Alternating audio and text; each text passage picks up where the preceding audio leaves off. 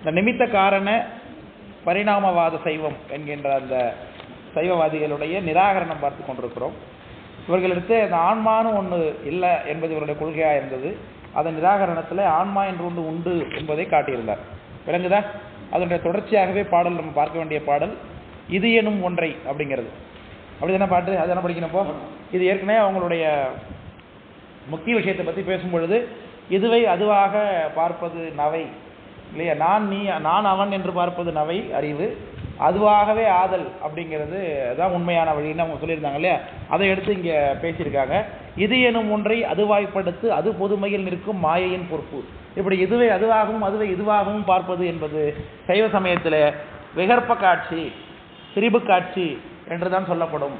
அது மாயையினுடைய விளைவினாலே வருவது தானே தவிர்த்து அது ஞானம் அல்ல என்று சொல்லுகிறார். ஆமாம் தானே?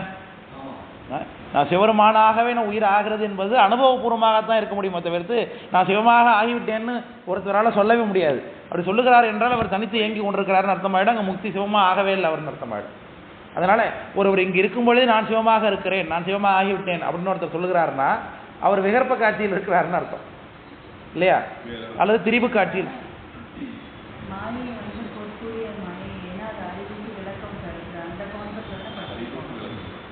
ஆமாம் ஆமாம் ஆமாம், அறிவுக்கு விளக்கம்.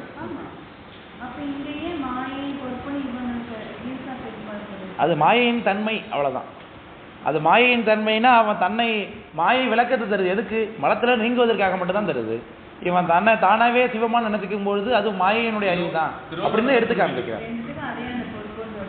பொறுப்புடைய மாயைனா அந்த இடத்துல உயர்வை காட்டுறாரு. இந்த இடத்துலயே மாயையுடைய உயர்வை தான் சொல்றாரு. மாயை தான் அப்படி உன்னை மாற்றி நினைக்க வைக்குது அப்படின்னு நினைச்சிட்டு இருக்க. நீ மாயா காட்சியே நீ கடந்து போக வேண்டியது. மாயை உயர்வாக இருந்தாலும் அது என்ன கொண்டாடத்தக்கதா? அதை விடக்கத்தக்கது தானே. அதனால அப்படி இந்த இடத்துல இழிவு தானே அது எப்பவுமே. அது அவன் இதுவே அதுவாகவும் அதை தன்னை சிவனாகவும் பார்ப்பது என்பது மாயையினுடைய தன்மையினால தான். ஏன்னா அவன் மாயையிலேருந்து விலகவில்லை. முதல்ல திரிபு காட்சி என்பது என்னது? அங்கே கிடக்கக்கூடிய கயிறை பாம்பா நினைக்கிறது. அப்போ உள்ளபடியே இவனுக்கு ஏற்பட்டிருக்கிறது விகற்ப காட்சி. அங்கே துணை நிற்பது கயிறாகவோ பாம்பாகவோ தோன்றுவது ஒரு மாயா காட்சி தானே. அதை நீக்கவனால அறிவே முடியலையே முதல்ல. அது என்ன அப்படிங்கிறது முதல்ல அது பாம்பா கயிறா அப்படின்னு இதை நான் போய் பார்க்குறேன், அது என்னென்னு நினைக்கிறேன், அது என்னென்னு கண்டறியுது. இது எல்லாமே மனம் புத்தி சித்தம் ஆங்காரங்களுடைய வேலை. இது எல்லாமே இருக்குங்கும் போது உடல் இருக்குது, மாயை இருக்குன்னு அர்த்தமாகும். அப்போ இது நான் அதுவாக அறிகின்றேன் அப்படிங்கும் பொழுது அது ஆங்காரங்கள், அது அந்தகாரங்களுடைய செயலாகிடுது. அப்போ மாயை இருக்குது. மாயை இருக்கும்பொழுது அவன் எப்படி சிவனாக இருக்க முடியும் அப்படிங்கிறது இந்த கருத்து. பொற்பணியாவும் பொன்னாம் தன்மையின் நிற்கள சகல திருவுரு நிலையும் ஈசனே என பேசுவர் அன்றி. பொற்பணியாவும் பொன்னும் அணியும் பொன்னாம் தன்மையும் நிற்கள சகல திருவுருவு நிலையும். அதாவது இறைவன் நிற்கள நிலையிலும் சகல நிலையிலும். நிற்களம்ங்கிறது அகலமாய் யாரும் அறிவறித பொருள், அது சொரூபம் இல்லை. சகல நிலை சகல திருமேனிங்கிறது உருவம் எடுத்திருந்து தடஸ்த கோலம். இது ரெண்டுமே ஒரே ஒன்று அப்படின்னு நீ சொல்லி கொண்டிருக்கிறாய். சாமி இங்கே உருவம் எடுத்து வந்திருக்கக்கூடிய வடிவங்களையும் அதுவும் ஒன்று தான் சொல்லி கொண்டிருக்கிறாய். சாமி இங்கே உருவம் எடுத்து வரும் பொழுது நம்ம சொல்லக்கூடிய அந்த தத்துவங்களில் கலந்து தோன்றுகிறார். உருவம் வருதுங்கும் பொழுது அங்கே மாயை இருக்கு இல்லையா? மாயையில் கலந்து அவர் உண்டாக்கும் பொழுது தான் நமக்கு யார் வருகிறா? அனந்த தேவர், சதாசிவர், மகேஸ்வரர், இவங்க எல்லாருமே வராங்க இல்லையா? அங்கே மாயையே இல்லையா? சுத்தமா வெரி குட். சுத்தமாயை செயல்படுத்தும் பொழுது தான் இவங்கெல்லாம் வராங்க. அப்புறம் அசுத்தமாயை செயல்படுத்தும் போது அதுக்கு உரிய அதிகாரிகள் வராங்க. அப்புறம் பிரகிருதி மாயை செயல்படுத்தும் போது தான் திருமால் பிரம்மாலாம் வராங்கன்னு நம்ம பார்க்கறோம் இல்லையா? அப்போ ஈசனே என பேசுவர் அன்றி அருவுரு ஆகி வரும் உலகு எண்ணில் அனைத்தும் மாயை என தெளிகளையே. இப்படி நீ உனக்குன்னு அதுவே மாயை. இப்போ நம்ம சொல்கிற கருத்து தான். சாமி உருவம் எடுத்து வந்தாலும் கூட அதுவும் கைண்ட் ஆஃப் மாயை தானே. ஏன்னா மாயை துணை காரணமாக வைத்துக்கொண்டு மாயை முதற் காரணமாக வைத்துக்கொண்டு திருவருளை முழுக்க செலுத்தி அங்கே தோன்றுகிறார், அந்த தத்துவங்களை உண்டாக்கி இருக்கிறார் அப்படிங்கிறார். அதனால அனைத்து மாயை என தெளிகளையே ஆவதும் ஆகாது ஒழிவதும் இலது. கீழே சொன்னான் இல்லையா? நல்லது கெட்டதுன்னு பார்க்கறதுக்கு ஒன்றும் கிடையாது, அது உண்மை அறியாதவருடைய தன்மை அப்படின்னு சொன்னார் இல்லையா? அதுக்கு உதாரணம் காட்டுறார். நான் காலைல சொன்ன அந்த உதாரணம் தான் இங்கே சொல்றார். ஆவதும் ஆவாது ஒழிவதும் இலது எனும் பாவகம் உலகாயதனது பான்மை. உலகாயதன் சொல்லக்கூடிய நாத்திகவாதி தான் உலகத்தில் எல்லாவற்றையும் அனுபவிக்கணும், நல்லது கெட்டதெல்லாம் ஒன்றும் கிடையாது, நன்மை தீமையெல்லாம் கிடையாது, கிடைத்த சந்தோஷத்தை அனுபவிக்க வேண்டும், வாழ்ற வரைக்கும் சந்தோஷமாக வாழணும் அப்படிங்கிறது உலகாயதனுடைய கொள்கை. அதுபோல் நீ பேசி கொண்டிருக்கிறாய். கல் கொலை வெகுளி காமம் களவுகள் உட்படும் இவை விட மொழியாதார் இலர். உலகத்தில் எத்தனையோ சமயங்கள் இருக்குது. நம்ம சைவ சமயம் போல் எத்தனையோ சமயங்கள் இருக்குது, பரசமயம் கூட இருக்குது. அதில் உலகாயுதத்தை தவிர்த்து மற்ற எல்லாரும் என்ன சொல்கிறாங்க? கல் குடிக்கிறது, கொலை செய்கிறது, வெகுளி கோவப்படுறது, காமம் விருப்பப்படுறது, களவு திருட்டு, இது எல்லாவற்றையும் விடணும்னு தான் சொல்கிறாங்க எல்லாரும். உலகாயுதம் மட்டும்தான் அதையும் ஆவது இல்லது அப்படின்னு, ஆவது ஆவாதெல்லாம் ஒன்றும் பார்க்க வேண்டாம், எல்லாத்தையும் அனுபவிச்சுக்கலாம், திருடி கூட அனுபவிச்சுக்கலாம் அப்படிங்கிறது உலகாயுதனோட கொள்கை.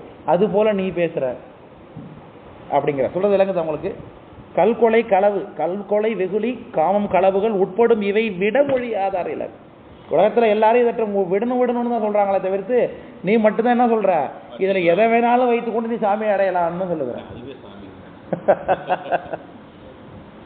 அப்படின்னு சொல்கிறேன். திருட்டு வேலை பார்த்து திருமங்கை ஆழ்வார்னு ஒருத்தர் திருட்டு வேலை பார்த்து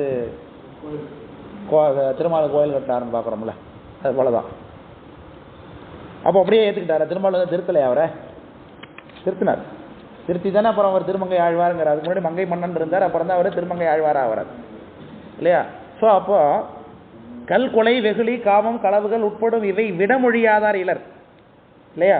சோமபானம் சுராபானங்கள் ஆம் என மறைகள் ஆர் செவி பறைந்தன அப்படின்னு சொல்லி இந்த சோமபானம் சுராபானம் இதை பற்றிலாம் விடணும், இதெல்லாம் குடிக்கக்கூடாது, கொல்லுண்ணாமைங்கிற அதிகாரத்தெல்லாம் பற்றி வேதங்களும் நூல்களும் அறநூல்களும் சொல்லுவது எதற்காக சொல்லுகிறது? உலகத்தில் எல்லாத்தையும் கை கொள்ளலாம்னா இந்த நூல்கள்லாம் சொல்கிறதுக்கு எனக்கு காரணம் என்ன? வேதத்தில் இந்த பானங்களை எல்லாம் குடிக்கக்கூடாதுன்னு சொல்லப்பட்டிருக்கு, இந்த அறநூல்களில் சொல்லப்பட்டிருக்கு அப்படின்லாம் இருக்கு இல்லையா? கல்லுண்ணாமையை பற்றி ரொம்ப ஒரு அதிகாரம் சொல்லுகிறார் திருவள்ளுவர். களிமகன் அப்படிங்கிறார். கல்லுன்றது மாதிரி ஒரு கேவலமான சூழ்நிலை இல்லை, அது எல்லா தவறுக்கும் துணை போய்விடும், அது தன்னை மறந்த நிலையை உண்டு பண்ணும் சொல்லி அவற்றை விட்டுவிட வேண்டும் என்று காட்டுகிறது. எல்லா அறநூல்களை எல்லாம் சொல்லுகிறதும் பொழுது அப்போ நீ மட்டும் தனியாக இதெல்லாத்தையும் செய்யலாம் அப்படின்னு சொல்றியே, அது என்ன அர்த்தம் அப்படிங்கிறது. எதை வேணாலும் எடுத்துக்கலாம்னு சொன்னதுக்காக அவர் இதை எடுத்துக்கிறார். இப்போ மறுக்கிறதுக்கு மறையோன் புலைச்சியை மறுகும் என்பதும் முறையோ எனில் அது புனைமொழி எண்ணில்.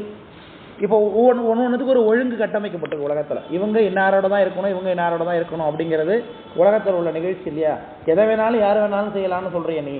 அதுக்கு ஒரு உதாரணம், ஒரு வைத்தியர் ஒரு ஒரு தாழ்ந்த குலத்தில் சேர்ந்த ஒரு பெண்ணை திருமணம் செய்து கொள்வது அப்படிங்கிறது உன்னால் ஒத்துக்கொள்ளப்படக்கூடிய ஒரு காரியமாக இருக்குது. ஏன்னா எதை வேணாலும் செய்யலாம் அப்படிங்கிற இந்த எடுத்துக்கிட்டு அவர் சொல்றார். மறையோன் புலைச்சியை மறுவும் என்பது முறையோ எண்ணில் அது புனைமொழி. இதெல்லாம் நமக்கு நாமே வச்சுக்கிட்ட சட்டத்திட்டம் தான். இது வரைக்கும் கல் அதுக்கெல்லாம் ஒன்று சொல்லலாம் அமைதியாக இருந்தவன், இப்போ அதுதானே சொல்கிறாங்க. இப்போது நாத்திகர்கள்லாம் இந்த மாதிரி என்ன நம்மளுடைய சாதி கட்டமைப்பு எடுத்து பேசும்பொழுது என்ன சொல்கிறாங்க, இதெல்லாம் மனுஷனுக்கு உண்டாக்கிக்கிட்டது தான், இதெல்லாம் யார் ஃபாலோ பண்ண என்ன சாஸ்திர சம்பிரதாயங்கள்லாம் நம்ம உண்டாக்கிட்டதுன்னு சொல்கிறாங்க இல்லையா? அதுக்கு அப்புறம் அவன் சொல்லுகிறான் இதெல்லாம் புனைமொழி, அதெல்லாம் பின்னாடி வந்தவங்க தங்களுடைய வசதிக்காக ஏற்படுத்தி கொண்டது தானே தவிர்த்து உள்ளபடியே இயற்கையில் அப்படி ஒன்றும் இல்லை அப்படின்னு அவன் சொன்னான்.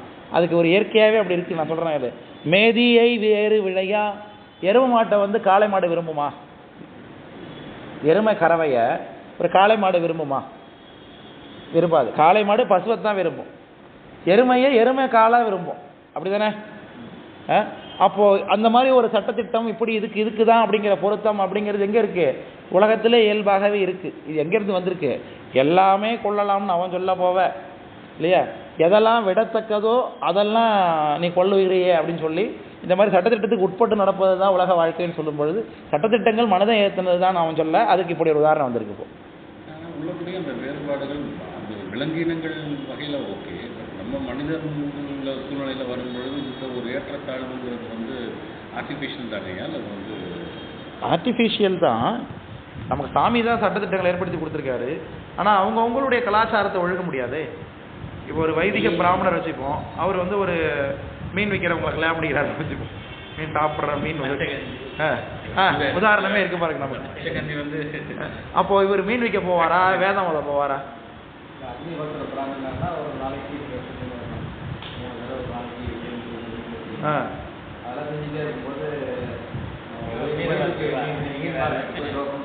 என்ன பண்ண முடியும்? ஸோ அது மாதிரி கலாச்சாரத்துக்கு ஒன்றிய வாழ்வுக்காக அப்படி அமைக்கொள்ளப்பட்டது. இவங்களுக்கு என்ன அவங்களுக்கும் ஒரு கலாச்சாரம் இருக்கும், அதை ஒழுக முடியாது என்பதற்காக அப்படி இதெல்லாம் அமைக்கப்பட்டிருக்கு.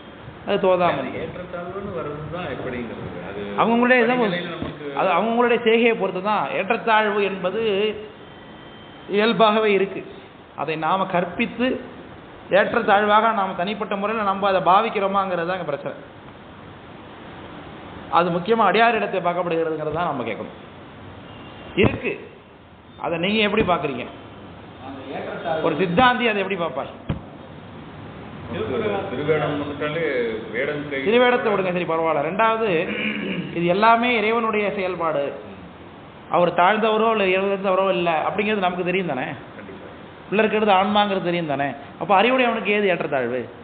அங்கே போகிறதுக்காகத்தான். ஞானத்தை பார்க்கும்போது இதெல்லாம் நம்ம கழுவி விடுவோம். ஞானம் இல்லாதவன் தான் ஏற்றத்தாழ்வு. நல்ல வேலை, உண்மையாகவே ஆள் வராங்க. இவ்வளோ பெரிய ரயில் அடிக்கிறதில் பார்த்து பயத்தை தூக்கி போட்டு எனக்கு.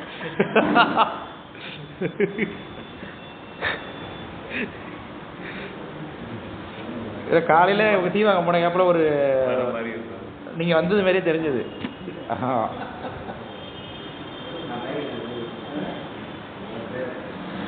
அதனால மேதியை ஏறு விழையா விரும்பும் கண்ணினது உருவும் அதில் கதிர் ஒளியும் நன்னரும் சத்தின் நாடகம் எனில், கண்ணில் நடக்கக்கூடிய காட்சியும் உயிர்களுக்கு ஏற்படக்கூடிய இன்ப துன்ப அனுபவங்களையும் சத்தருடைய நாடகம்னு சொன்னல, கீழே சொல்லியிருக்கான் இல்லையா. சாமியுடைய நாடகம் தான். உள்ளபடியே உயிர் ஒன்று இருந்தால் தானே அனுபவம் நிகழும். உயிர் தான் இல்லையா அது அனுபவமும் கிடையாதுன்னு சொன்னோம். அதற்கு ஏதுவும் பயனும் போத வேண்டும். ஏதுவும் பயன்னா அவர் நாடகம் நடத்துகிறார் அப்படிங்கிறதுக்கு ஒரு காரணத்தை நீ சொல்லணும். ரெண்டாவது, அவர் நடத்துகிற நாடகத்துக்கான பயன் என்னங்கிறத நீ சொல்லணும். அதான் ஏதுவும் பயனும் போத வேண்டும். நின்மொழி விரோதமும் நீடுலகு இயற்கையும் தன்மசாத்திரமும் சகலமும் என் செய்யும். உன்னுடைய மொழியெல்லாம் எப்படி இருக்குது? தர்மசாஸ்திரங்களுக்கும் விரோதமாக இருக்குது, இயற்கைக்கும் விரோதமாக இருக்குது. தர்மசாஸ்திரம் சகலமும் என் செய்யும். என்ன செய்யும்? நீ சொல்கிறத கேட்டு ஒன்றும் செய்ய முடியாது அப்படின்னு சொல்லி சொல்லுகிறார். நின்மொழி விரோதம் அப்படின்னு சொல்லுகிறார். அவ்வளோதான். விளங்குது இல்லையா சொல்கிறது?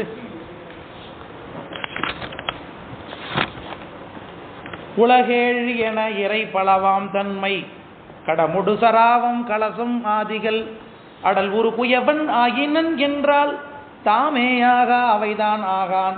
ஆயினன் என்பது ஆக்கினன், எனவே ஆனா என்பது அனைத்தும் அவ்வகைதான்.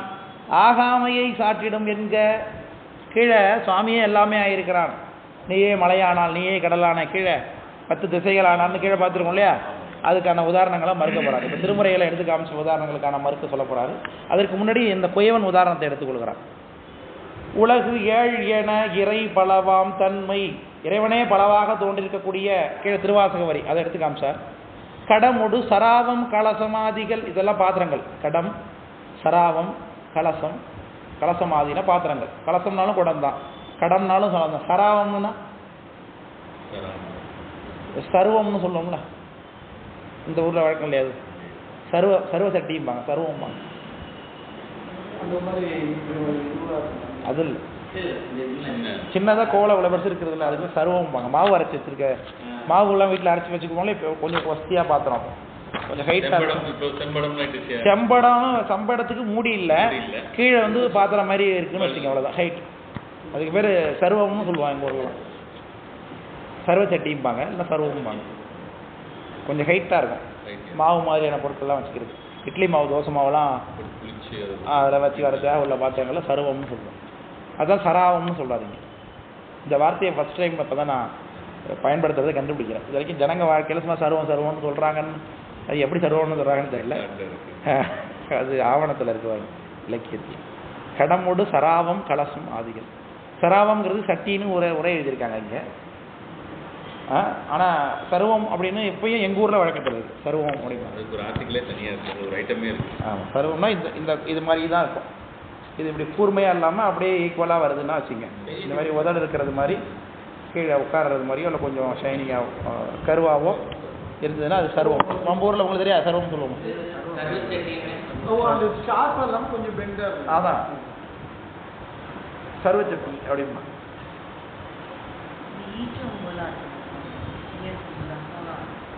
ரசம் வைக்கிறதா? ஈச்சம்பு மாதிரி தான். கீழே வந்து கருவாக இருக்கும் உட்கார்றதுக்கு காட்டமாக, மேலே வந்து அப்படியே வந்து இந்த உதடு மாதிரி இருக்கும். அது மாதிரி சர்வ சட்டி. அது சட்டி தான், சட்டியோட ஃபார்மேஷனே அது தானே. சாதாரண மண் சட்டி எப்படி இருக்கு, அது மண் சட்டியே கொஞ்சம் ஹைட் இருந்தால் எவ்வளோ இருக்கும், அதுதான் சர்வம்னு சொல்கிறது. அப்படி உள்ளது மண் சட்டினா கீழே உட்கார்றதுக்கு வாட்டமாக இருக்குது, சின்னதாக இவ்வளோ ஹைட்டில் இருக்கும். அவ்வளோ ஹைட்டு கொஞ்சம் இன்க்ரீஸ் ஆனதான் சர்வம், அவ்வளோதான். அதனால தான் மாவு வச்சுக்கிறதுன்னு சொல்கிறேன். நீங்கள் மாவு அரைச்சி அதில் போட்டு வச்சிங்கன்னா இந்த ஆனைக்காய் கோவலைன்னு சொல்லுவாங்க, கேள்விப்பட்டீங்களா? அதுவும் தெரியாது உங்களுக்கு. ஆனைக்காய் கோவலை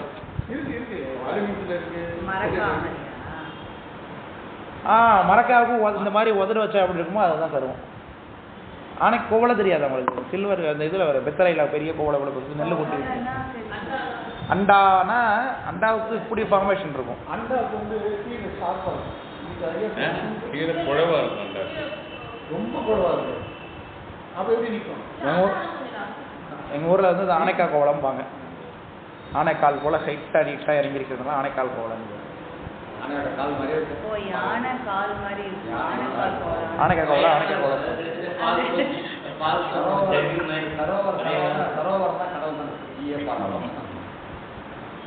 சராவம்னு சொல்றார். சராவம்னா சட்டி இல்லையா? அது எப்படின்னா சருவம்னு ஜனங்க பயன்படுத்துகிற ஒரு வாக்கியம் வந்து இலக்கியத்தில் சாஸ்திரத்தில் சாமி பயன்படுத்துகிறாரு. பயன்பாட்டில் ஒழிஞ்சிருச்சு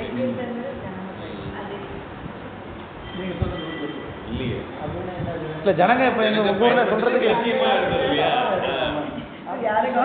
அந்த சர்வத்தை எடு, அந்த சர்வத்தை வை அப்படிமா அவர்கிட்ட இருக்கும்போது மட்டும் செய்யாதீங்க. கொஞ்ச நேரம் கழிச்சு தோணும், இல்லை இல்லை அன்னைக்கு நீங்க சொன்னீங்களே ஆரம்பிச்சிருவாரு.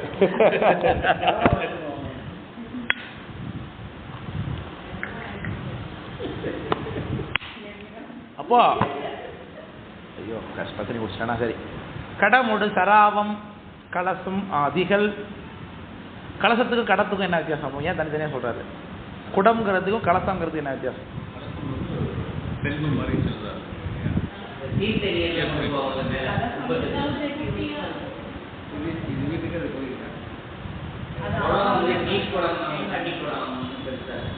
நான் பாத்திரத்தில் உள்ள வெரைட்டி கேட்குறேன். குடத்துக்கும் கலசத்துக்கும் என்ன வித்தியாசம்?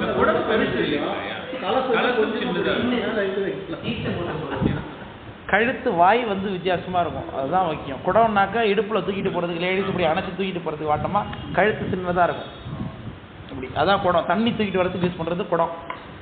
கலசம்னா கலயம், பானை, சாதம் வடிக்கிறதுக்குள்ள பானை தான் கலயம். வாய் அகலமா இருக்கும், வந்து இப்படி ஏந்தலா இருக்கும், பிடிச்சி வடிக்கிறதுக்கு வாட்டமா இருக்கிறது. அதான் நீங்க தெரியும், எனக்கு அங்கதான் போய் நீங்க தெரிஞ்சுது. எல்லாம் தேங்காய் சொல்ல தெரிஞ்சுச்சு எனக்கு. மண் பாத்திரத்தை குறிக்கிறதுக்கு இத்தனை வார்த்தைகள் இருக்கு பாருங்க. அதுலயே இத்தனை பேர்: குடம், கலசம், சராவம், குங்குளிய கலையனார், கலையநாயனார். கலையம்னா பானைன்னு அர்த்தம். இப்படி இருக்கிறது பொங்கல் வைக்கிறதுக்கு ஒரு பானை தான். அடுப்பு சாதம் வடிக்கிறதுக்கு ஒரு பேருக்கு கலையம், பானை அப்படின்னு பேரு. குழம்பு வைக்கிறதுக்கு பேரு சராவம், சட்டி. அதுலேயே வைஷ்ணவ சொம்புன்னு சொல்லுவாங்க. வாய் ரொம்ப சின்னதாகவும் அந்த மெட்டல் ஃபுல்லாக எங்கேயுமே பற்ற வைக்காமல் டேரெக்டாக வந்து கவர் ஆகிடும். ஆமாம் ஆமாம் ஆமாம், அதுதான் வைஷ்ணவ. அவங்க திருவரங்கத்தில் அப்படி யூஸ் பண்ணுறாங்க. தங்க கூடாதெல்லாம் அங்கே இருக்குது.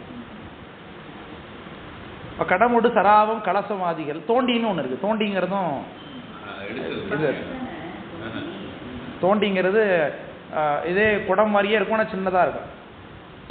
அதான் தோண்டி. அந்த காலத்தில் தோண்டி யூஸ் பண்ணி அது பக்கெட் ரிப்ளேஸ் ஆயிருக்கு இப்போ. அதில் தோண்டினா சின்ன பானை இல்லைல்ல, பானை தான். தோண்டினா பானை தான், சின்னதாக அப்படி இருக்கு. நந்தவனத்தோட ஆண்டி அதை 4 மாதமே குயவனை வேண்டி கொண்டு வந்தானோரோ தோண்டி தானே இருக்கு. கூத்தாடி போட்டு உடை தாண்டின்னு குடுவை, குடுவை, கலையம், இது எல்லாமே மண் பாத்திரங்கள் தான் அந்த காலத்தில். இது எல்லாமே இப்போ ஸ்டீல் ரிப்ளேஸ் ஆகிருக்கு. அது பிடிக்கிறதுக்கு வாட்டம் தானே. அந்த காலத்தில் தட்டு வந்து உலோகத்தட்டே பழங்காலத்தில் பல பேர் வீட்டில் கிடையாதுங்கிறாங்க. சின்னதாக மல்லைன்னு அதுக்கு பேர். தட்டு போலவே மண்ணில் இருக்குமாமா, அதில் தான் சாப்பிடுவாங்களா எல்லாரும். மல்லைன்னு அதுக்கு பேர் சொல்கிறாங்க. தோசைகள்லேயே மண்ணில் தான் இருக்கும். இப்போ அம்பிக்கு போனீங்க, எங்கள் சாப்பாட்டுக்குன்னு ஒரு இடம் போட்டு, இப்போ நம்ம தட்டில் வைக்கிறோம், துணி தட்டு மாதிரி கல்லில் பெரிய பெரிய கல்லுலேயே ரெடி பண்ணி சாப்பாடு போடுற இடம் நீட்டாக பண்ணிட்டு சரிங்களா. இப்போ எப்படி கழுவுறது? அது ரொம்ப அது வேஸ்ட். அந்த இடத்த கழுவி விட்டு கீழே ஊற்றி கீழே தெரியும். அதுக்கு ஒரு சின்ன போட்டு 2 சைடு கேப் கொடுத்து பர்மனெண்ட்டாக கல்லுலேயே குடி குடியாக சாப்பாடு. அது சமணர்கள் யாராவது சாப்பிட்றது வச்சுருந்துருப்பாங்கன்னு நினைக்கிறேன். அப்படி இல்லை. அப்பெல்லாம் இருக்காது, ஒரு ஃபார்மேஷன் பண்ணி அப்படிலாம் மேலே இலை போட்டு சாப்பிட்றது மாதிரியே வாய்ப்பு வந்துருக்கும். அப்படியே இலை போட்ட மாதிரியே அது மேலே ஒரு இலையக்கிளையே போட்டு நல்லா இடிச்சிட்டாங்க. சரி. அடல் ஒரு குயவன் ஆயினன் என்றால் நீ சொல்றபடி எப்படி இருக்கு பார்த்தா, கழ சொன்னோம்ல, இந்த பானையாகவும் சட்டியாகவும் கலசமாகவும் யாரே ஆயிருக்காப்பா, குயவனே ஆயிருக்கு. சாமி தான் உலகமே ஆனார்னா அந்த குயவனே இப்போ என்னவா ஆயிருக்காரு, பானையாகவும் சட்டியாகவும் கலசமாகவும் ஆயிட்டாருங்கிறது மாதிரி நீ சொல்லுகிறாய். தாமே ஆகா, அப்படியே ஆனாலும் கூட அந்த அந்த பானை சட்டியும் தாமே பானை சட்டி ஆகுமா, ஆகாது. அவைதான் ஆகான், அவனும் அந்த பானை சட்டியே ஆக மாட்டான் இல்லையா. நீ சொன்னது எப்படி இருக்கானா, அவன் பானை சட்டி ஆவான உலக வழக்கத்துக்கு இயற்கைக்கு ஒத்துவரமோ ஒத்துவராது. அந்த மண்ணும் அந்த குடமும் பானையும் சட்டியும் தானாகவே பானை சட்டி ஆகுமா, ஆகாது. ஆயினன் என்பது ஆக்கினன். இந்த இடத்துல குயவனை வந்து ஆயினன் என்ற குயவனே ஆயினம் அப்படின்னு சொல்லப்பட்டிருக்கு. ஆயினன்கிறது அவனால் அது ஆக்கப்பட்டது என்பதுக்கான அர்த்தம் அப்படின்னு அர்த்தம். அதுதான் சாமி ஏழு உலகாய் ஆனாய் அப்படின்னா 7 உலகத்தையும் அவர் ஆக்கினார்னு அர்த்தம். அவனே ஆயினான்னு அர்த்தம் இல்லை அதுக்கு அப்படின்னா ஒரு உதாரணம் எடுத்து காண்பிக்கிறார். உலகத்தில் அந்த குயவரால் தான் அது ஆனது, குயவர் ஆக்கினாரு அப்படிங்கிறது மாதிரி சாமியை உலகத்தை ஆக்கினாரு. அதனால அது உபச்சார புகமாக என்ன ஆகுது, அவரே ஆனார் அவரே ஆனார் அப்படின்னு சொல்லி சொல்றார். அவர் இருந்தாருன்னா இந்நேரம் இங்கெல்லாம் பானை சட்டியாக இருக்கும் அப்படின்னு சொல்கிறாங்கன்னு வச்சுக்கிப்போம். அவர் போயிட்டார் குயவர், அவரே பானை சட்டியாக உட்காந்துருப்பாரப்பா, அவரு பானை சட்டியை செஞ்சு உட்கார வச்சிருப்பார். அதனால அவர் இருந்தாருன்னா பானை சட்டிலாம் இருக்கும் அப்படின்னு சொல்றாருனாங்க, அவரே பானை சட்டி ஆகிடுவாரா, அவரால் ஆக்கப்படும் என்பது தானே பொருள். அதுபோல் சிவபெருமானால் ஆக்கப்பட்ட உலகத்தை சிவபெருமானே ஆயினான்னு உபசாரமாக சொல்கிறாங்க. அதை நீ புரிந்து கொள்ள மாட்டேங்கிறாய் என்ன சொல்லுகிறார். எனவே ஆனாய் என்பது அனைத்தும் அவ்வகைதான் இல்லையா. எப்படி தேவாரத்தில் திருமுறைகள் எல்லாம் ஆனாய் ஆனாய் ஆனாய்ன்னு சொல்லப்பட்டதெல்லாம் எப்படி தானா, இவ்வகைதான். ஆகாமை சாட்டிடும் என்க, அதுவாகவே அவராகவே ஆகவார் என்கிறது இல்லை. தாமே ஏனும் தனி ஏகாரம், இத்தனி ஏகாரம் தாமே, அவர் தாமே ஆனார். அந்த தனி ஏகாரம் என்பது அழிந்திலர், அதுவே ஆய்த்திலர், அது விட்டு ஒழிந்திலர், பிரிவிலர் எனும் இவை உணர்த்தும். அவரே செஞ்சார், அவரே ஆனார், அவரே ஆனார், அவரே ஆனார் அப்படிங்கிற ஏகாரம் இருக்குல்ல, அதில் அவரே அவரே அப்படிங்கிறது சிவபெருமானுடைய உயர்வு குறிக்கிறதுக்கு வந்த ஏகாரம் அது இல்லையா. அவர் ஒருத்தரே போதுங்க, அந்த ஒருத்தரே அப்படின்னா அவரே எல்லாத்தையும் செஞ்சிருவார்னு அர்த்தம் இல்லையா. அப்படிங்கிற உபசாரத்துக்கு தான் அந்த அவரே அவரே அவரேன்னு சொல்லப்படுறது ஏகாரம் இருக்கு. அது எல்லாத்துலேயும் அந்த அர்த்தத்துக்கு எல்லாமே அவரே ஒழிந்திலர், அதாவது அந்த பொருளிலிருந்து அவர் பிரிஞ்சிருக்க மாட்டார், பிரிவிலர் எனும் இவை உணர்த்தும். அழிந்திலர், அதுவே ஆய்த்திலர், அது விட்டு ஒழிந்திலர், பிரிவிலர் எனும் இவை உணர்த்தும். இது எல்லா பொருளையும் வச்சிருக்கு. இப்போ பெருமானுடைய திருவுருள் கலந்துருக்கு, அவர் உண்டாவதற்கு காரணமாக இருக்காரு. அதை விட்டு அவர் எப்போதும் திருவுருளை பிரித்து வெளியில் கொண்டு போக மாட்டார். இது எல்லாவற்றையும் உணர்த்தக்கூடியதுக்கு தான் அவர் அந்த அவரே ஆனார் அவரே ஆனார் அந்த ஏகாரம் பொருள் தரும். நீ புரிஞ்சிக்காம அவரே அப்படியே சட்டியாக மாறிட்டாரு, அவரே அப்படியே என்னவாயிட்டார், இந்த உலகமாக மாறிட்டாருன்னு அர்த்தம் கொள்றது மாதிரி கொண்டு கொண்டிருக்கிறாய் என்று சொல்லுகிறார். காயும் பழமும் சுவையும் நுகர்வது ஆயவன் தானும் அவன் முதற்று என்னும் அகிலமும் தெளிய அறிவோன் தானும் அகிலமும் அறிஞரை அறிவிப்போனும் அறிஞருக்கு அறிவாய் அறிகின்றோனும் அறிவிற்கு அறிபொருள் ஆவோன் தானும் அகிலமும் மேனி ஆனவன் என்னும் தருபொருள் கொள்பொருள் தருவோன் கொள்வோன் ஒரு பொருள் ஆயின் ஓப்பு உண்டு என்க அப்படின்னு சொல்றது. எல்லாத்துக்குமே இந்த பொருள் தான். கீழே அம்மையார் பட்டம் எடுத்து காமிச்சாங்கல்ல, அதுக்கு தான் சொல்றாரு. காயும் பழமா நுகர்வாகிறது, அகிலமும் தெளிய அறிவோன் உலகத்தை அறிந்து கொள்வது, அகிலமும் அறிஞரை அறிவிப்போனும் எல்லாருக்கும் அறிவிக்கிறது, அறிஞருக்கு அறிவாய் அறிகின்றோனும் இவரே அறிவாக கூட இருந்து அறிகிறது, அறிவிற்கு அறிபொருள் ஆவோன் தான் எதை அறிவுறானோ அதுவாகவும் இருப்பது, அகிலமும் மேனி ஆனவன் என்னும் உலகத்தில் உள்ள எல்லா பொருட்களுமாக ஆனது. அப்புறம் தருபொருள் கொள்பொருள் தருவோன் கொள்வோன் ஒரு பொருள் ஆயின் உவப்பு உண்டு என்க. இது எல்லாமே ஒரே பொருள் போல சொல்லப்படுவது. அதாவது பழத்தை படைச்சு கொடுத்ததும் சாமி தான், பழத்தை அனுபவிக்கிறதும் அவரு தான் அப்படிங்கிறது. இது என்னதான் ஏன் அப்படி எனக்கு தோணுதுன்னு எனக்கு தெரியல. மரங்களாம் செஞ்ச நிழல் உள்ள தெரியுதான்னு தெரியல எனக்கு. யாரும் சம்திங் வரது மாதிரி டக்குன்னு இது ரொம்ப நாளாக இல்லை, இன்னைக்கு தான் இருக்கு.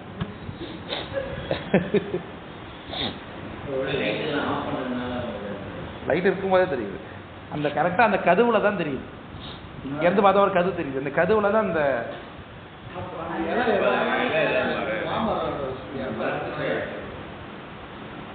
அப்படின்னு நம்புவோம். அதனால சாமி பார்த்துட்டு வரா. அதனால அகிலமும் மேனி ஆனவன் என்னும் தருபொருள் கொள்பொருள் தருவோன் கொள்வோன் இதெல்லாமே அவரே தந்தார், அவரே எடுத்தார், எல்லாமே ஒரே பொருள். எல்லாமே என்னது உபசார முகமாக சொல்வது தான்.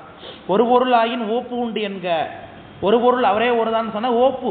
ஓப்புனா அவரை ஏற்றி சொல்றது, அவரை மகிழ்ச்சிப்படுத்துறது, அவர் மூலமா நாம மகிழ்வது, எல்லாமே அவர் தான்ங்கிற ஒப்பு கொடுத்தல் அப்படிங்கிற பக்தினாலே சொல்லப்படுவது தான். நுகர்வோன் தனக்கு நுகர்பொருள் வேண்டில் இகழற கிடையாது ஒழிந்தது என் அப்படின்னு சொன்னார். ஒருவேளை நீ சொல்றது மாதிரி இப்போ இறைவன் தான் எல்லாவற்றையும் உண்டாக்குனாரு, அவரே தான் படைத்து நுகர்றாருன்னு வச்சுக்கிட்டாலும் அவர் இப்போ நாம தானே, அது அவர் கருத்துப்படி நாம தானே, இப்போ நாம இருக்குமே, இப்போ நாம படைச்சோம் எல்லாவற்றையும், இப்போ நாம நுகரணும்னு ஆசைப்படுறோம், நமக்கு கிடைக்க மாட்டேதே நினைச்ச நேரத்துக்கு, ஆமாம் தானே. அப்போ நமக்கு நினைச்சதை நடத்த விடாமல் பண்றதுக்கு இடையில நிற்கிறது என்னன்னு கேட்குறாரு. அதுக்கு பேர் என்ன? ஆணவ மலம். அதான் நுகர்வோன் தனக்கு நுகர்பொருள் வேண்டில் இகழற கிடையாது ஒழிந்தது என். இகழறன்னா கிடையாது ஒழிந்தது, அது கிடைக்க முடியாம போட்டி போட்டுக்கொண்டு தடுக்கிறது எது? இகழுதல்னா போட்டி போடுறதுன்னு அர்த்தம். நாம சொல்றோம், நாம தானே நிராகரணம் தானே. நிராகரணங்கிறதுனால இந்த கான்செப்ட் கொண்டு போறார். பசு இருக்குன்னு சொல்லிட்டாரு, பாசமும் உண்டு அப்படிங்கிறத சொல்றாரு. நிறையமும் வேண்டார் ஆகினும். அப்போ நரகம்னு ஒன்று உலகத்தில் கிடையாது இல்லையா? நரகத்தை ஏன் எல்லாரும் வேண்டாம்னு நினைக்கிறாங்க? நரகம்னு ஒன்று கிடையாது. நரகமே அப்போ எல்லாமே வேண்டப்படாது கிடைக்குதில்ல, வேண்டுவது கிடைக்காது, வேண்டப்படாது கிடைக்கிறதுக்கு காரணம் என்னங்க? மையுறு வியாதிகள் ஈண்டாது ஒழியாது இறைக்கு இவை ஈடு அல்ல. உடம்புல நம்ம நோயெல்லாம் வேணாம்னு நினைக்கிறோம்னா உடம்புல எல்லா நோயும் வந்தது, ஆனால் சந்தோஷமா இருக்கும்னு நினைக்கிறேன், அது கிடைக்க மாட்டேது. இந்த தடை காரணம் என்ன அப்படிங்கிறது கேள்வி கேட்கிறார்.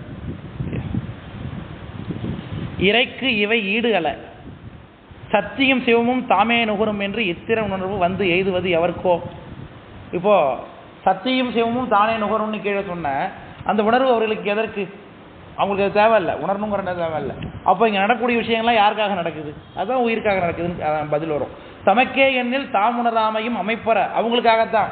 ஆனால் தாம் உணராமையும் அமைப்பற உணர்தலும் அவருக்கு அடைவு அன்றே. சுவாமிக்கும் அம்பாளுக்கும் தானே உணர வேண்டிய அவசியம் இல்லை. அப்படி உணரும் பொழுது இப்படி தடையோடு உணர வேண்டிய அவசியமும் அவங்களுக்கு கிடையாது. தடைவிடையோடு நினச்சோடனே அவங்க நடத்திக்க வேண்டியது தானே. இப்போ தயிர் சாதம் நமக்கு மத்தியானம் கிடைக்கல அப்படிங்கும் பொழுது, இப்போ நம்ம சிவம் சக்தியாக இருந்தால் நம்ம தயிர் சாதம் வந்துடணும் தானே. அது கிடைக்கல, ஏன் கிடைக்காததுக்கு காரணம் என்ன? அப்போது நீ நினைக்கிறது நடத்தாமல் விடுறதுக்கு வேற ஒரு ஆள் இருக்கா அப்படின்னு.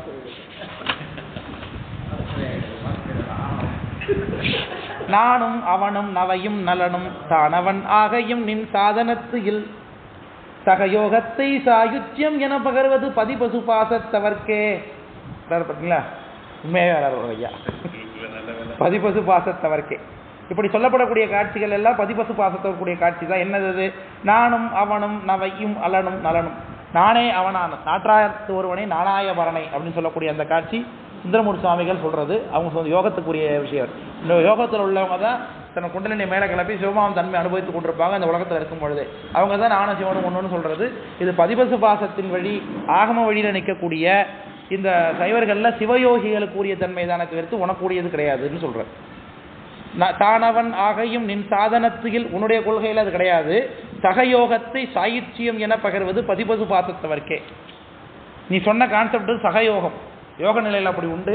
அது சாயுஜ்யம்னு சொல்றது கிடையாது. அதுவும் யார் சொல்லுவா? பதிபசு பாசம் என்கின்ற சித்தாத்வித சைவ சித்தாந்திகள் தான் அதை சொல்லுவாங்க அப்படின்னு சொல்லுகிறார்.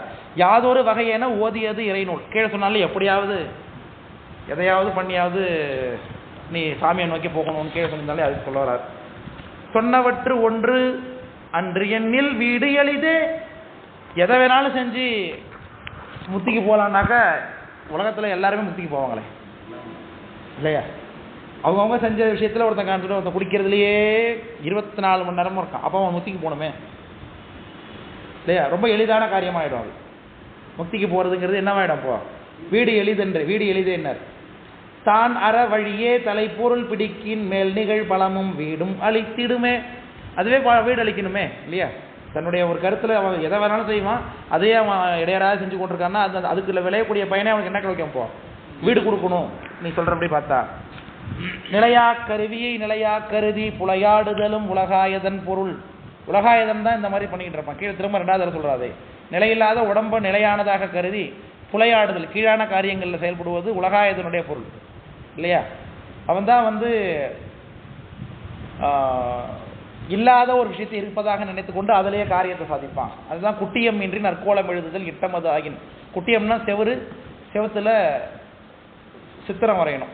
சுவர் இல்லாமலே சித்திரம் வரைகிறது போல உலகாயதனுடைய கொள்கை இருக்கும். சிறுமைதான தன்மை. தற்கோலம் எழுதுதல், குட்டியம்னா செவருன்னு அர்த்தம். குட்டியம் அன்றி, அதுலதான் குட்டி செவருன்னு சொன்னாங்களோ, குட்டிய செவருங்கிறது தான் குட்டி செவருன்னு ஆக்கிட்டாங்களோ.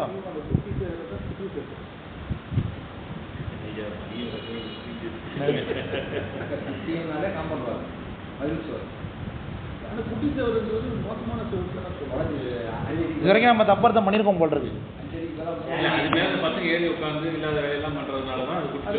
குட்டிய சேவரில் உட்காந்துட்டு இல்லாத வேலை பண்ணிட்டு இருப்பான்னு சொன்னதுனால அவன் பேர் அவனுக்கு செவத்துக்கு ஆகி வந்துட்டு போல் இருக்கு.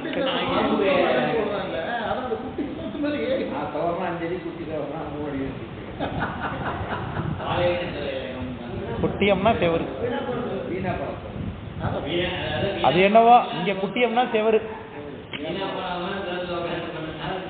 செவரே வேளா போல.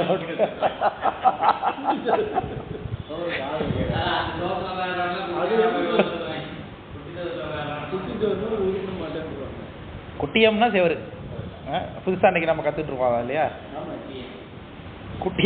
குட்டியம் இன்றி நற்கோலம் எழுதுதல் இட்டமது ஆயின் கருவியும் இடங்களும் கருத்துர உரைக்க தெரிந்திடும் அதீதத்து. அறிவு ஒன்றிலோருக்கு இறையருள் உதவுதல். சிவருமான் வந்து உதவுகிறார் அப்படிங்கிறது அறிவே இல்லாத ஒரு உயிருக்கு உதவ வேண்டிய அவசியம் இல்லையா, உதவு பண்ண அவசியம் இல்லையா. பிரிவு அறிவு அறிய செறியிருள் இடத்து ஒரு அந்தகர் காண வந்தோர் தம்மை நீவெறும் காண வேணும் என்று ஆங்கு எடுத்து ஒரு தீபம் கொடுத்ததை ஒக்கும் என்று சொல்லுகிறார்.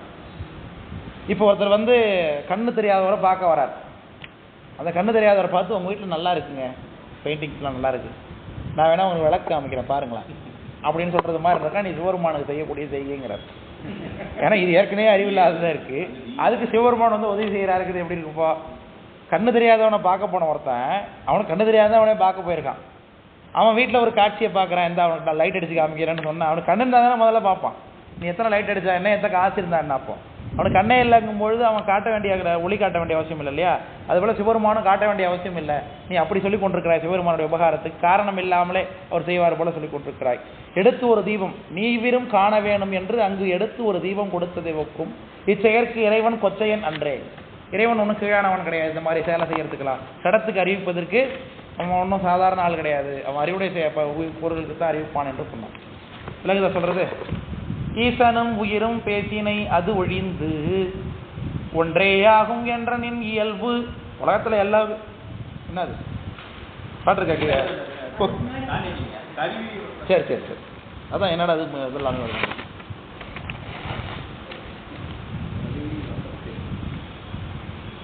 கருவி வசத்தில் தெரிவுற காண வேண்டுனர் இளரால் இன்று அறிவு யாவும் சிவமே என்று செப்பிடை இல்லையா. அவன் உயிரே இல்லை அப்படிங்கிற கான்செப்ட் சொன்னதுனால சிவமே காணுகின்றது நீ சொல்லியிருக்கிறாய். அவன் ஒரு பொறிபுலன் அறியா அறிவது பிரம்மம் என்றோர்க்கு இல்லையா. கீழே ஒருத்தவங்க சொன்னாங்க அது மாதிரி தான், பிரம்மமே எல்லாமே அறியும், பிரம்மமே எல்லாம் பண்ணும், பொறிபுலன்லாம் எல்லாம் அதுக்கு தேவையில்லை அப்படின்னு. பொறிபுலன் அறியா அறிவது பிரம்மம் என்றோர்க்கு உன்போல் இடர்படல் இழதே. கீழே ஒருத்தவன் தான், அவன் உன்னை விட வசதியா தெரியல எனக்கு அப்படிங்கிறது. ஏன்னா அவங்க வந்து பிரம்மமாவது அறியுதுன்னு சொன்னான். அட்லீஸ்ட் ஒரு அறிவுடைய பொருளை சொல்லி அந்த அறிவுடைய பொருள் தான் உலகத்தை அறிகிறது என்று சொன்னாய். அவன் வந்து பொறிபுலன்கள் எல்லாம் கூட இருந்தாலும் கூட பொறிபுலன்களை உதவியாக வைத்துக் கொண்டு உள்ளக்கூடிய பிரம்ம அறியணும் ஓரளவுக்கு சொன்னான். நீ அதை கூட சொல்ல மாட்ட. உன்போல் இடர்படல் இல்லாது, அவங்க கூட அப்படி சொல்லலை. ஏற்றம் கருவி 20 2 போற்றும் 5 அவத்தையும் புகழ் திரி மலமும், இதெல்லாம் உடம்புல இருக்கக்கூடிய விஷயங்கள். 20 2 22, அதாவது 24 தத்துவங்கள் வரைக்கும் உள்ள விஷயத்தை சொல்றார். புரட தத்துவத்தையும் அதுக்கு மேல உள்ள தத்துவத்தையும் விட்டுவிட்டு போற்றும் 5 அவத்தையும் புகழ் திரி மலமும். 5 அவத்தை திரிமலம் ஈசனும் உயிரும் பேசினை. இதெல்லாவற்றை பத்தி நீ சொல்றபடி கருத்துல பேசியிருக்க. ஏன்னா ஆகமம், நீ ஆகமத்தை படிச்சு சொல்லியிருக்கிற. அகுது ஒழிந்து ஒன்றே ஆகும் என்ற இயல்பு. இது எல்லாவற்றையும் விட்டு விட்டு உலகத்தில் உள்ள அத்தனை பொருளும் ஒரே பொருள் தான், அசிவம் தான் நீ சொல்றது எப்படி இருக்குன்னு பார்த்தா எல்லாமே ஒண்ணுதான். நீங்களும் ஒண்ணுதான், நீங்களும் ஒண்ணுதான், நீங்களும் ஒண்ணுதான் அப்படிங்கிறது எப்படி இருக்குன்னு பார்த்தா தாயர் மனைவியர் தாதியர் தவ்வையர் ஆயவர் எவரையும் ஓர்மையில் காணும் கோகழி தூர்த்தர் கொடுந்தொழில் தகுமே. உன்னோட தொழில் எப்படி இருக்கான் பார்க்கறதுக்கு. எல்லாவற்றையும் ஒன்றா பார்க்கறது. அம்மா, மனைவி, அக்கா, தங்கச்சி, வேலைக்காரவங்க மற்றும் மற்றைய பெண்கள், இவங்களை எல்லாரையும் ஒரே பார்வையாக பார்க்கக்கூடிய காம கொடூரனை போல உன்னுடைய வேலை கருத்து இருக்குன்னு சொல்கிறார். இதுக்கு மேலே ஒருத்தன் இப்படி இழிவாப்படுத்த சொல்ல முடியும்? ஒரு சைவவாதியாக இருந்து கொண்டு இதுக்கு மேலே கீழே உள்ள எவனுமே இந்த உதாரணத்தினால மறுக்கப்படலை. எல்லாமே ஒன்றுன்னு பார்க்கும்போது அவன் அப்படி தானே. கோகழி தூர்த்தன்னார். தூர்த்தர்னா காம கொடூரன்னு சொல்கிறோம் இல்லையா, அவர் தான் தூர்த்த. இந்த தூர்த்த அடியாராக தான் வந்தார். இல்லை, இயற்பகை நாயனார் வீட்டுக்கு தூர்த்த வேடம் கொண்டு வந்தார். உடம்புல காமக்குறி தெரியறது மாதிரி, நகைக்குறி, பல்குறி. இப்போ தான் அவர் பெட்ரூம்லேருந்து வந்திருக்காருங்கிறது மாதிரி தெரியல, சரியான ஒரு கோலத்தில். அது நரசிங்க முனையரே நாயனார். அவரு திருவாதிரை அடியார்கள் எல்லாம் கூட்டு பொண்ணு கொடுப்பாரு. அப்போ ஒரு அடியார் மேல் தேர்த்து குளத்துக்கு வந்துட்டார். கூட்டத்தில் எல்லாம் பார்த்தா எல்லாரும் ஒதுங்க, பாரு இப்படி வந்திருக்கான், குளிக்காம கொள்ளாமல் வந்திருக்கான், மேலே ஒரு சட்டை போட்டு கூடாதா, இப்படி கடிச்சு வச்சிருக்காளே, அதோட வந்திருக்கானே அப்படின்லாம் பார்க்குற மாதிரி எல்லாம் பேசிக்கிறாங்க. உடனே அதை பார்த்து அஞ்சார் நரசிங்க முனையரே நாயனார். ஐயோ, அடியார்களுக்கு ஒரு அடியார் திருவேடத்தில் வந்தவரை இப்படி தூத்தி பேசுகிறாங்களே, அவங்க முதல்ல அவங்கள இந்த இடர்பாட்டிலேருந்து காக்கணும்னு சொல்லி அவரை முதல்ல இந்த இடத்த விட்டு அனுப்பிடணும்னு சொல்லி 2 பங்கு பொன் கொடுத்து முதல்ல அவங்கள போங்கன்னு சொல்லி அனுப்பிவிட்டாங்க. அதனால் இவங்கெல்லாம் அந்த இடர்பாட்டிலேருந்து தப்பிச்சாங்கன்னு சொல்லி அவருடைய புராணம் இருக்குது.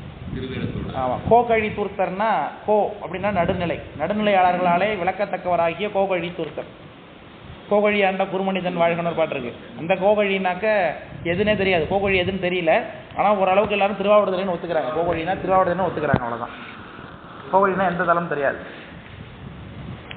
அப்போ தாயர், மனைவியர், தாதியர், தவ்வையர். தவ்வையர்னா கூட பிறந்தவங்க.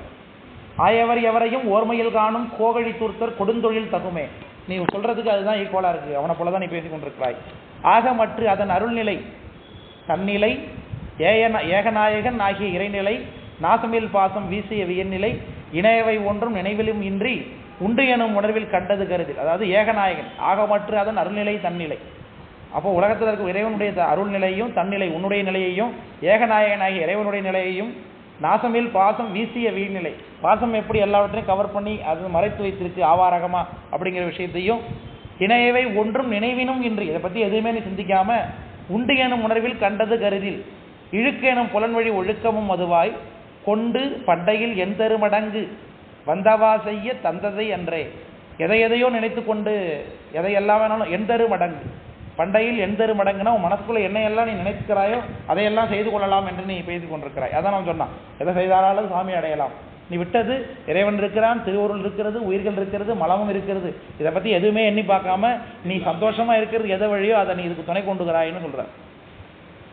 அப்படிதான் அவன் சொல்லியிருக்கான், உலகத்தில் எதை வேணாலும் செஞ்சுக்கலாம், சாமியை அடைஞ்சிடலாம். டீலேட் பண்ணுறவங்களோட சூழ்நிலைகள் எல்லாமே இப்படிதானே. ஆமாம், நிறைய ஃபாலோ பண்ணுறதுக்கு முடியாதவங்க செய்யக்கூடிய ஒரு அதே தான். அதில் கொண்டு பண்டையில் எந்தரு மடங்கு வந்தவா செய்ய தந்ததை என்றே புண்மைகள் நீங்க உண்மை கேள்மதி. உங்கள்கிட்ட இருக்கக்கூடிய சிறுமை நீங்குவதற்கு உண்மையை கேள், நான் சொல்லுகின்றேன்னு சொல்லி அடுத்து சைவவாதி நிராகரணம். அதாவது இதோட நிறைவாகிறது. ஒரு எக்ஸ்ட்ராவாக சைவவாதியும் சேர்த்து நிராகரணம் பண்ணியிருக்கார். இந்த சைவவாத நிராகரணத்தை நம்ம அடுத்த வகுப்புல பார்த்து நிறைவு பண்ணிடுவோம். அடுத்த வகுப்பு சங்கற்ப நிராகரணம் நிறைவாகுமா? அது 2 மணி நேரம் வகுப்பாக வச்சுக்குவோமா? 5 வகுப்பாக வச்சு உங்களுக்கு அப்படி தானே ஷெடியூல் போட்டிருக்கேன். அடுத்த வாரம் வந்து வெள்ளிக்கிழமை அன்னைக்கு, வெள்ளிக்கிழமை சிவஞானம் போதும். சனிக்கிழமை காலையில் வந்து இது சிவபிரகாசம். அடுத்து மத்தியானம் உங்களுக்கு சங்கற்ப நிராகரணம் போட்டிருக்கேன். ஆமாம் தானே? போட்டாச்சு. இப்படி தானே ஐயா போட்டிருக்கேன். சங்கற்ப நிராகரணம் அதே ஷெடியூலே வச்சுருவோம், கரெக்டாக இருக்கும். ஒரு 4 மணிக்கு ஆரம்பிச்சா முடிச்சிடலாம். சரி என்று சொல்லிக்கொண்டு நிறைய செய்து கொடுக்குறோம். மூர்த்தி எல்லாம் வழி எங்கள் மோனகுரு வாழி வார்த்தை என்றும் வாழி என்பர் வழி பராமரி.